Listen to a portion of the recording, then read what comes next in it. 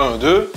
Et ben bonjour YouTube et bienvenue sur cette nouvelle chaîne YouTube spécialement pour le moment consacrée sur le sim racing. Et aujourd'hui je vais te présenter mon setup de sim racing que j'ai fait il y a pratiquement peut-être un an, ou avec un Playseat Challenge et aussi mon volant Fanatec.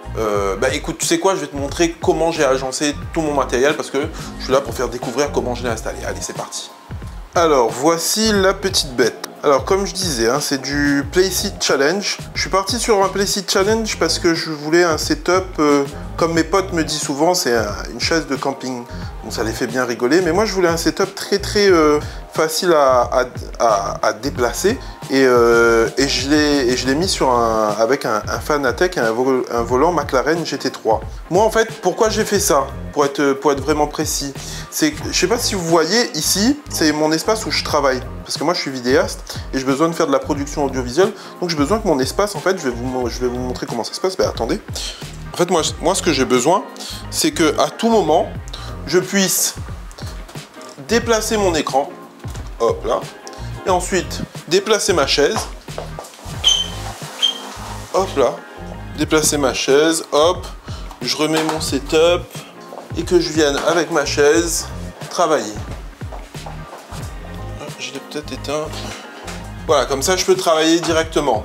Donc, l'idée de base c'est ça, c'est que mon setup il est facilement déplaçable, il est juste là sur le côté, il me gêne pas, je travaille. Et dès que je veux aller courir, je redéplace ce matos. Là, vous voyez, il reste bien dans le coin ici.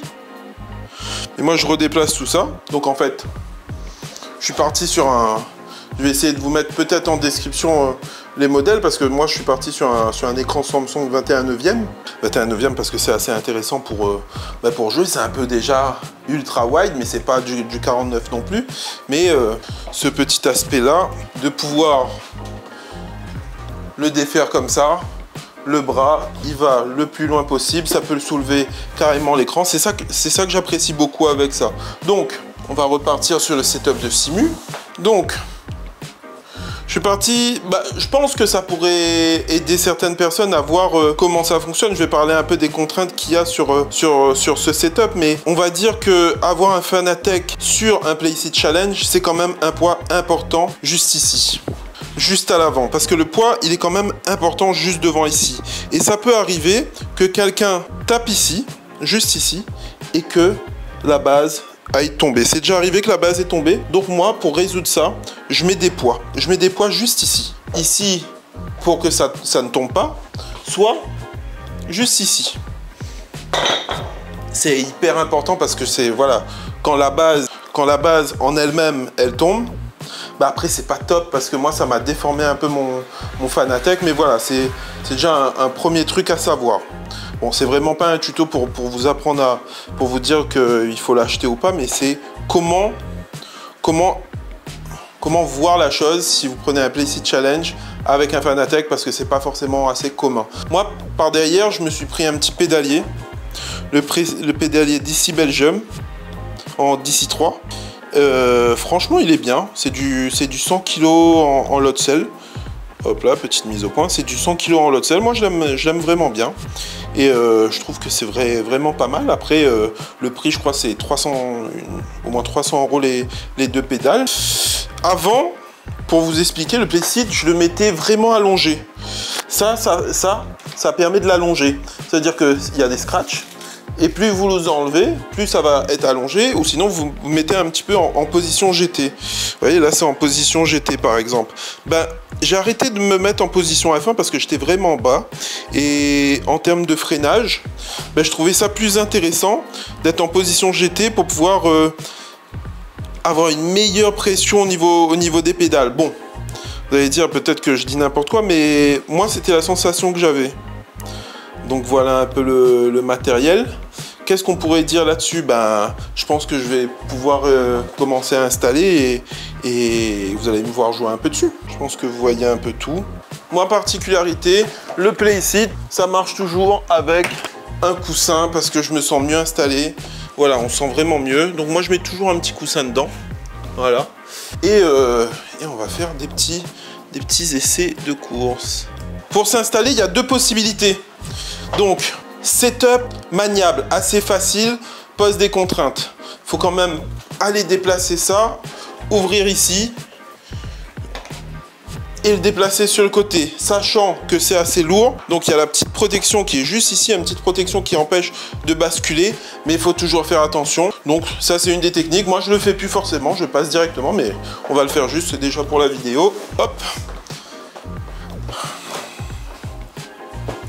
tout est allumé. Voilà, je pense que j'ai dû mettre pour une installation comme ça, je pense que j'en ai dû mettre pour 2000-2500 €. J'aurais pu aller sur un profilé aluminium, mais vu que où j'habite, c'est compliqué de s'en procurer. Donc pour moi, c'était la solution la plus simple. Bon, vu que je vais déménager bientôt, je vais peut-être changer mon setup et passer sur un Optilight GT. Mais vraiment, pour débuter, et quand on a envie de rouler en Fanatec, c'est possible de mettre un Fanatec sur un Playseat Challenge. Après, il y a peut-être des renforts à faire, que ce soit au niveau des pédales, parce que des fois, ça bouge un peu sur les côtés. La stabilité, elle n'existe pas trop forcément sur ce siège, mais ça reste quand même convenable. Alors, on va rouler en GT3 Fuji en Ferrari Challenge. Donc voilà, nous voilà en Ferrari Challenge sur e-racing. Donc je vais baisser un peu le son, comme ça vous pouvez m'entendre. Mais voilà, petit setup où franchement moi je me sens vraiment bien installé. Tous les boutons, il fallait que je configure un peu sur e-racing même. Mais avec un petit temps d'adaptation, ça va. Bon, d'habitude je ne joue pas en basket, donc le freinage il est différent, je viens de remarquer.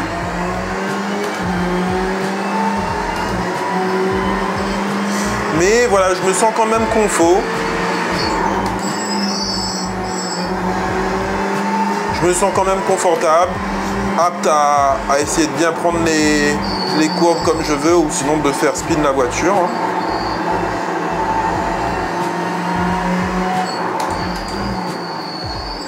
Ce qui est bien, c'est avec le CSLDD, il est petit, il n'est pas trop cher. J'ai vu qu'il y avait des promos qui étaient vraiment pas mal là en ce moment. Ils ont sorti la base à 500 €. Moi, je l'avais payé un peu plus cher avec la livraison ici à La Réunion. Bon, on va pas être là pour juger les talents du pilote, hein. Mais je vais vous mettre peut-être de l'autre côté. Hop là. Donc voilà un petit peu, petite position assez fort sympathique pour pouvoir piloter. Maintenant, moi, ce qui manque, c'est que j'aimerais quand même passer sur une configuration un peu plus solide.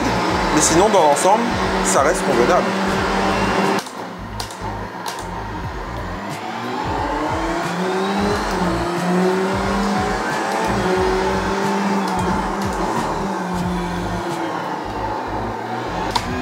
La différence, c'est qu'avant, quand je rétrogradais, quand j'avais l'autre palette, vous voyez, je peux faire ici, mais avant, je pouvais pousser parce que je pouvais rétrograder et passer de vitesse à une main. Tandis que là, maintenant, je ne peux plus le faire. Mais les mallettes, ceux-là magnétiques sont plus confortables par contre. Donc voilà un peu le setup. Je vous ai montré mon Playseat, mon setup de course. Il faut savoir que là aujourd'hui, en fait, je fais cette vidéo parce que je vais essayer au maximum de partager du contenu sur cette nouvelle page autour du sim racing et peut-être autre chose. Je vais essayer de faire des émissions, que ce soit des émissions qui soient assez intéressantes, que ce soit du live et tout. Donc je vous invite à me rejoindre, à vous abonner à cette chaîne. Je pense que c'est assez important. J'ai des réseaux aussi, que ce soit Instagram ou Twitch, que j'essaye de live un peu. J'essaye de mixer Twitch et YouTube en même temps et peut-être TikTok en live pour proposer du contenu. En tout cas, j'espère que ça vous a plu de découvrir ce setup. J'étais peut-être un peu stressé au fait de vous le partager, mais ça me fait quand même plaisir d'enfin faire cette vidéo, de vous montrer mon setup, pourquoi je l'ai fait. Le fait d'avoir un setup vraiment compact, pour que ça gêne pas trop dans sa salle de travail, parce que peut-être vous êtes comme moi à vouloir travailler, avoir son setup aussi. Il y en a qui le font dans leur salon, mais moi c'est dans mon bureau et j'aime bien pouvoir switcher et ne pas avoir de soucis. Mais des fois, la contrainte c'est que ça prend de la place et moi je voulais ce truc de pouvoir le déplacer et le remettre. Il y a des contraintes, c'est que des fois ça peut être dangereux, le matériel il peut tomber, mais ça reste quand même cool. Et c'est une passion que j'ai envie que tout le monde puisse découvrir. Si vous êtes sur cette vidéo, c'est que vous aimez ça et qu'on va essayer de faire grandir le plus possible. C'était super cool, c'est Alexandre Chazal qui vous a présenté ça. C'est vraiment un plaisir. On se retrouve